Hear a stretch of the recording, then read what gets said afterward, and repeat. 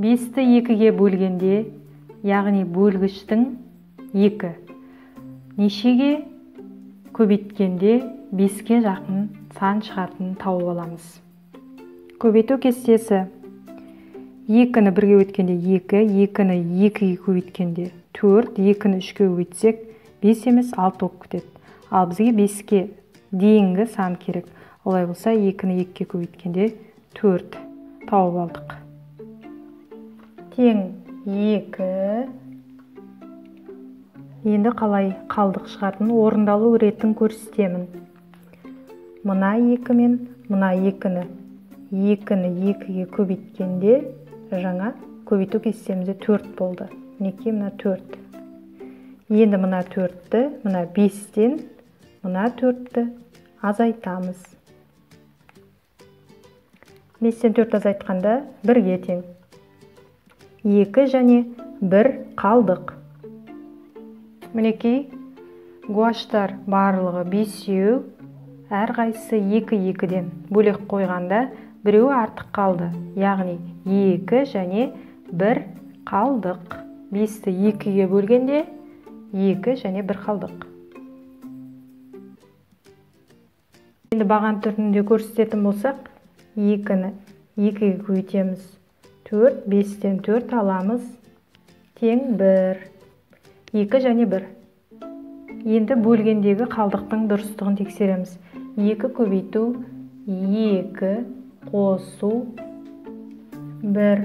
2-ге 2-ні көбейтсек 4. 4-ге манағы 1 қалдықты қостық. 5 болды. Яғни бөлген кезде, көбейткен кезде қайтадан 5 саны тексергенде шығады.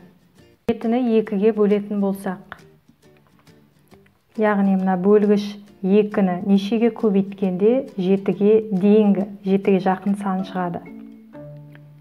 Көбейту кестесінде 2-ні 3-ге көбейткенде 6-ға жақын сан шығады. 2-ні 4-ге көбейтсек 8, яғни 7-ден асып кетеді. Бізге 7-ге дейінгі сан керек. Олай болса 6. Шығып тұрған 3-ті таңдаймыз. 3. 2 мен 3-ті көбейтсек 6-ға тең. Енді 7-ден мына шыққан 6-ны азайтамыз. 7-ден 6-ны азайттық, 1-ге тең. 3 және 1 қалдық, яғни мен қалай орындалу жолын көрсеттім. Енді бағандап шығарамыз. 3 пен 2-ні көбейтсек 6, 7-ден 6-ны азайтамыз. 1, 3 және 1 қалдық. Мынау қоршауда тұрған сандарды рет-ретімен жазып шығамыз. 2-ні 3-ге көбейтіп қалдық 1-ге қосамыз. 2-ні 3-ге көбейткенде 6, 6-ға 1 қосамыз, 7. Енді міне шықты 7-ні тексергенде. Қалдықты қайтадан тексергенде 7 саны қайтадан шығып тұр. Демек дұрыс.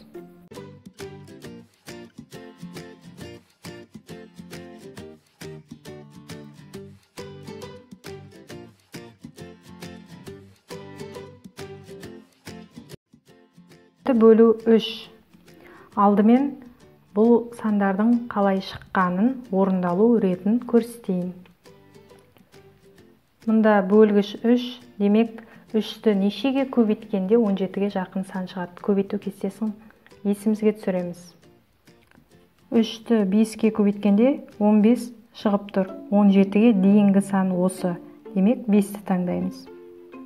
Бөлгіш 3 пен жаңағы таңдаған 5 санын екеуін бір-біріне көбейтсек 15 шығады. Енді мына бөлінгіш 17-ден мына шыққан 15 қоршаудағын азайтамыз. 17-ден 15 азайтқанда 2, демек 5 және 2 қалдық. Енді баған түрінде 3-ті 5-ге көбейтеміз 15, 17-ден 15 азайтамыз. 2, 5 және 2 қалдық. Мына 3-ті 5-ті және қалдық 2-ні барлығын тізіп жазып шығамыз да, мына екеуін көбейтіп қалдықты қосамыз тексеру үшін.